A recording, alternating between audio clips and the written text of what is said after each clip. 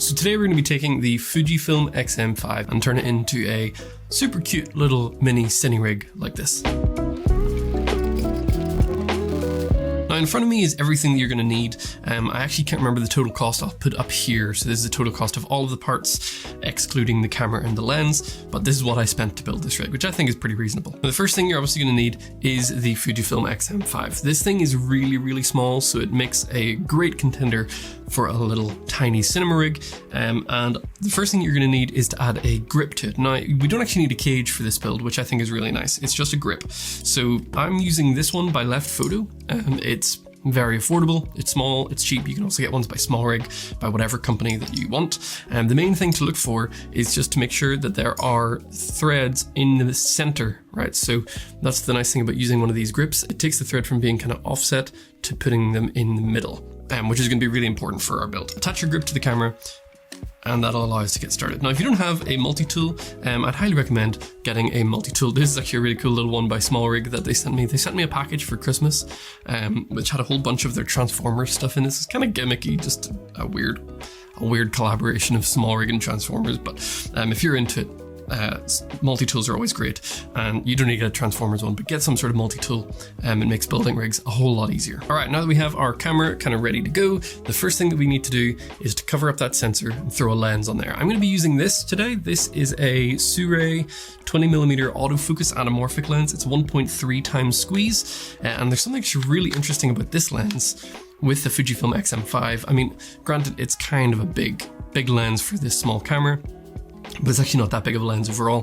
The thing I find really interesting about this lens is, with it being a 1.33x anamorphic, when you film in open gate, this gives you a pretty close to standard, like 17:9 kind of image. Now, ironically, this lens is probably the biggest piece of the entire rig. So you can build this whole rig with much smaller lenses if you want to keep the size down even more.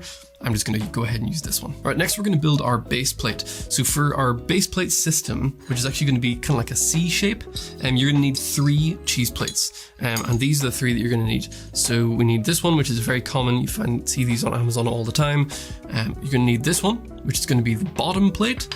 And then you're going to need this one, which is going to be the top plate. Now, this actually comes in a pack of 2, but we're not going to be using the other part of this, which is a little bit of a waste, but you can have that for other rig builds. Now, first things first, anytime you want to build a rig, you're going to need to get yourself a whole bunch of little 1/4-20 and 3/8 threads and screws, because these things are super handy. We're going to use 9, I think, in this build, just all short ones, which is nice and easy.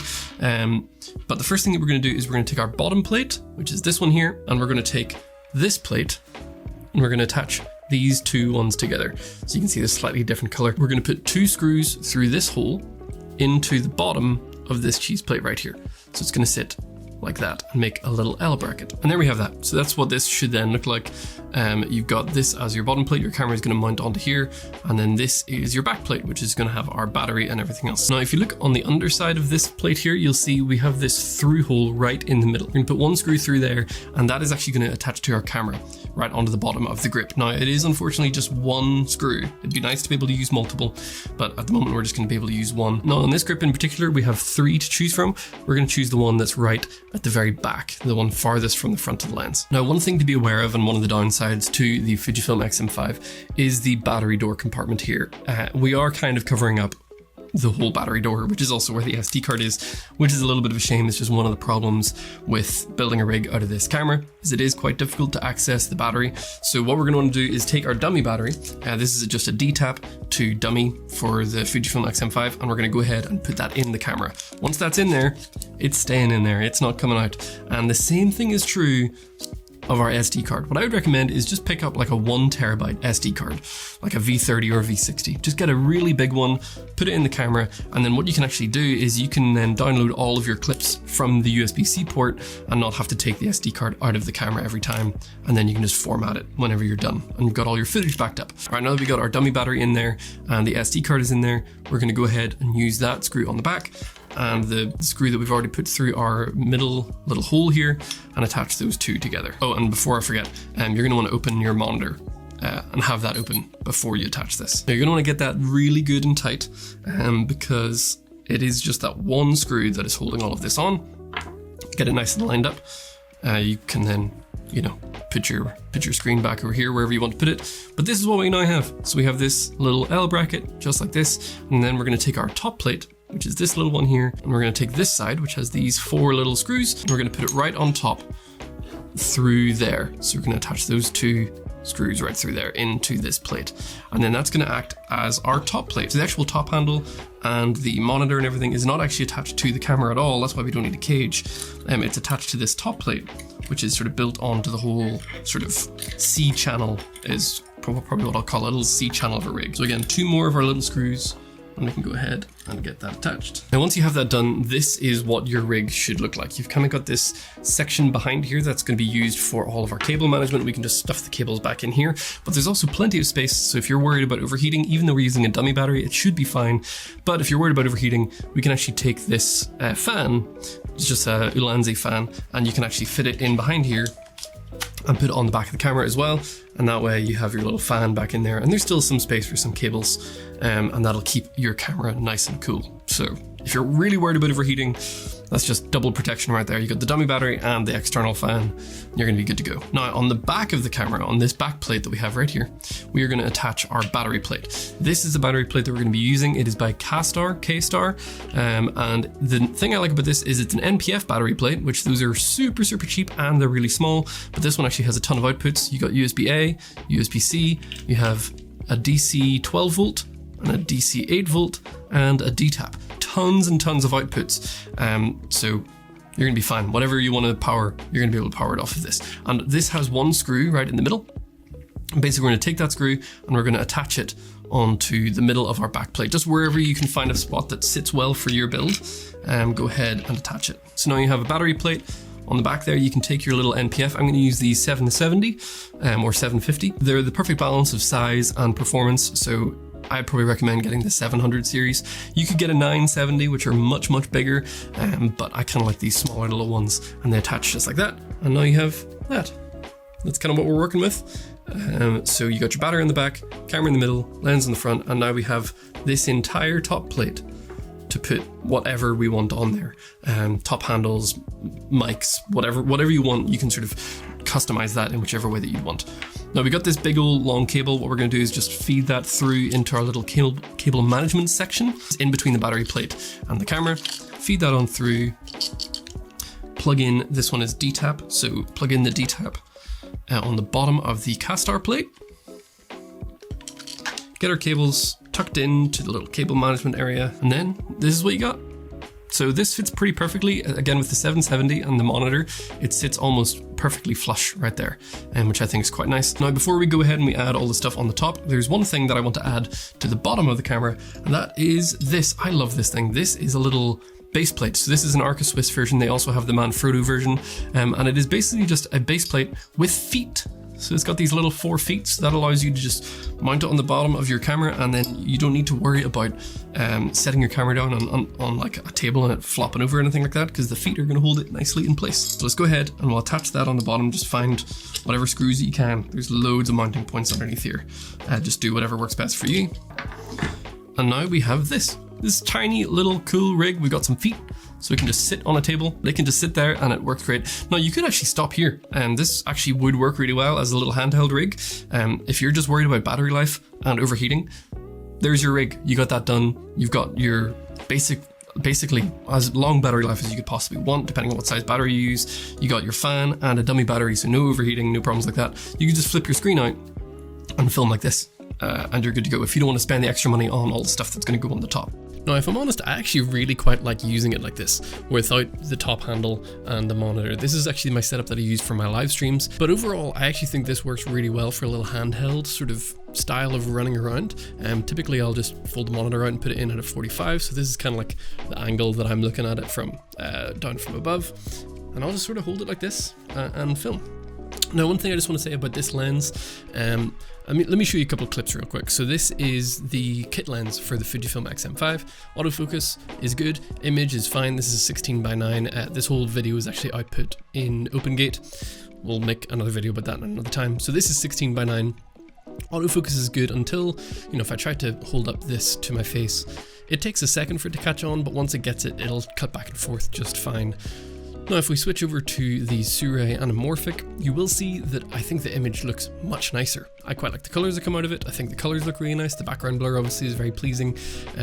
Obviously this is at f1.8, whereas the kit lens was at f4, but as you can probably tell, the autofocus is so slow. Like, it's really, really slow, and it does not like to try and detect a subject whenever my face is blocked. I don't know why. It just couldn't do it, and it did not like picking that up. No, the settings are exactly the same, so yeah, I don't know. The autofocus is good on this, like it is sticky to an eye.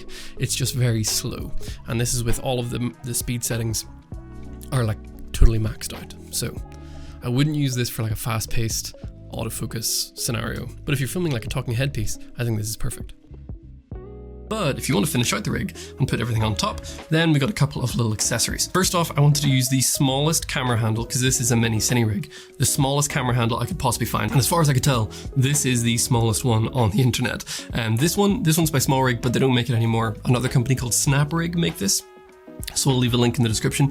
This little handle is teeny tiny. Now, if you got really big hands, this is not going to work for you. I've got sort of medium-sized hands, and it's not great if I'm honest with you, but it is really small, and it helps keep the package nice and small as well. So the nice thing about this is we can take, it's just got two little holes here on the front, so you can just put two screws through both of these holes into any of these that you want. So you can basically mount this at the back or all the way forward and just line up wherever you want to put the handle. I'm going to put it right at the front to give it some nice balance. But if you're using a tiny lens, you might want to move the handle back a little bit just to balance out the rig. The nice thing about this top handle as well is it does actually come with a little Allen wrench that you can hide in it. And again, I just love how small that is. And it's very, very sleek. And again, that little multi-tool can sit right in there, which is nice. Then we can take a monitor mount. You can use whatever monitor mount you want. I've got this one here. It's just one that you use two screws. And I like to keep my monitor as low as possible, so it'll sit as close to the lens as I can. So on the front here of the camera, I don't know if you can see, we've got these screws right here on the front of the top plate. We're going to put the monitor mount onto there like this. Now this does keep it very, very low profile, which is nice, but if you're using really big lenses, then it might get in the way, so you just need to put it on top of the cheese plate. And there we have that, sitting right there, and we can attach our monitor onto here. And it keeps it really close to that lens. Again, if you're using smaller lenses, it won't be in the way. If you're using really big lenses, you might just need to move that around. Now for the monitor, again, keeping with the theme, I got the smallest monitor I could find. This is the Portkeys. It's one of the PT5 monitors. Now they make a couple of these. I think this is the Mark II, and they also have a Mark III, but these are just little 5 or 5.5 inch monitors. Very cheap. They're around $100. But use whatever monitor that you want. I'm using this one because it's the one that I had lying around, and it's the smallest one that I have. This PT5 one I really like because it's got anamorphic D-squeeze, it's got a touchscreen. It works great for everything that I need. Now for powering the monitor, I'm just going to use this. This is a little DC to DC cable, and just plug that right in. You could obviously use the dummy battery on the back. Take some initiative. Again, this whole idea of building rigs is really modular, so do whatever you think works best for your style. And then I'm going to attach the DC into the 8-volt DC on the left side of the battery plate. That means that the camera is now powered by a dummy battery coming off of this battery, as is the monitor. So everything is plugged into this one battery, which is nice. And lastly, let's just plug in our HDMI, and then we can just plug that into the side here. Now I went with a right angle micro HDMI cable, because whenever I do plug that in, it means that if I'm holding it, it feels it's a little nicer to hold on that handle, and it's less likely to break. It's still not great to hold this side of the camera, but I prefer having that right angle rather than like one that's sticking straight out of the camera. But there you have it, a little mini cine rig, and I think this thing is sweet. It's super small, super easy to use. Now again, is this necessary? No, absolutely not. The image quality that you get out of this rig is exactly the same as you would get out of this rig without all of the stuff, just the camera and the lens. But sometimes you feel a little bit cooler using a cinema rig, and this one is nice and small. Now this is actually the rig that I use for all of my live streams, which probably seems absolutely ridiculous, and it is. But I do use this for my live streams, so anytime you check out a live stream, it's probably happening on this setup. And actually, if you're watching this on the day this comes out, I will be live streaming this afternoon. So you can come in, check out the whole setup, and tell me what you think. So yes, mini cine rig, tell me what you think. It's super small, super compact. If you don't think this is small, by the way, one second. This is the other cinema rig that I'm working on right now. This one is my Lumix S9, which is a small camera in a cinema rig, and this is the Fujifilm. So, yes. Very different in size. Now, one of the main reasons to build a cinema rig is to add a lot of weight, right? This is really light, so it actually doesn't do all that much for stabilization, but what it does do a lot for is overheating and battery life. It makes a huge difference for this little camera. So that's why I quite like it. But if you want to learn how to build a giant rig that is super stable and really nice to use, this video will be coming out next week, based on my Lumix S9. But if you've enjoyed the video, hit the like button, drop a comment down below, maybe even subscribe as we continue to build this channel. I appreciate all of you for doing so, and I hope that you have a wonderful day.